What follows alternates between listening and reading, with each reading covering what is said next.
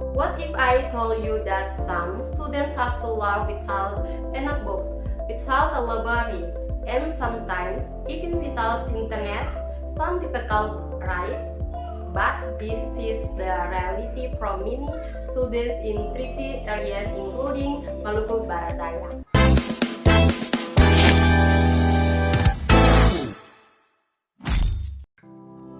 Hello everyone, welcome back to my podcast. Let me introduce myself. My name is Basawi Nabiai. Today we are going to talk about something really important: how students in tricky areas develop their reading skill, the challenges they face, and what we can do to help. So let's get started. First of all, what exactly are tricky areas? Yeah, good question.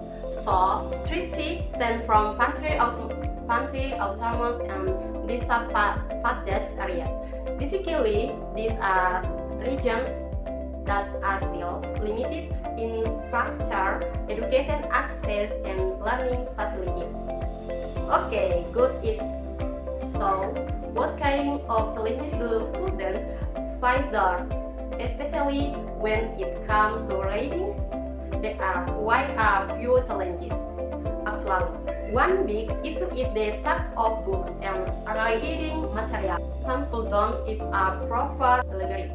Another problem is limited interaction like for transportation and unstable internet connection.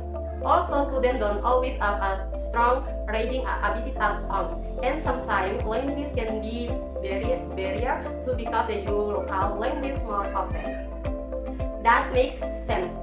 So then why is reading such an important skill from them?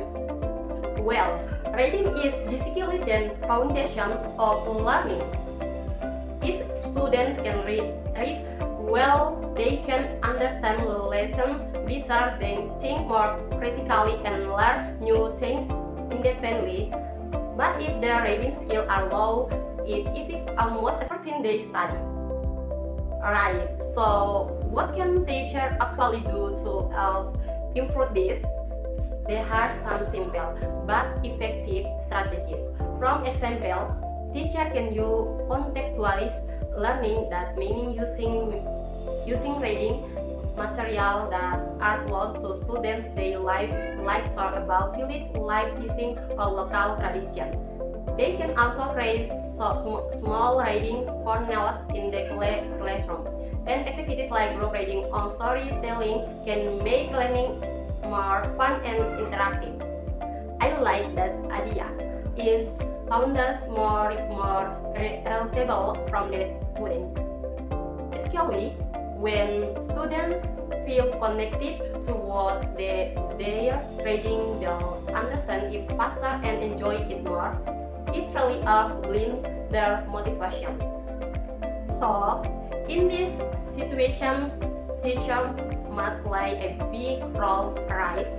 Absolutely, teachers are key. They need to be creative and flexible, especially with limited resources. Even simple methods can make a big difference if teachers are dedicated and supportive. That's really inspiring. So, from your experience, what kind of lessons or reflection can we learn? One important lesson is that good vision don't always require perfect facilities. With creativity and commitment, meaningful learning can still exist. Also, understanding student culture and background is very important in teaching. Yeah, that's true. So let's deal it. What are your hopes for the future?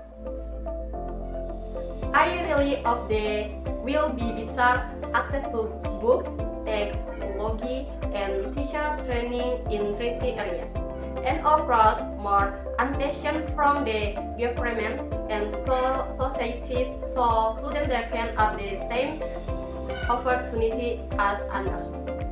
Alright, that was a really great discussion. Thank you so much for sharing, and thank you guys for watching. If you found helpful, don't forget to like, comment, and subscribe. And see you in the next episode.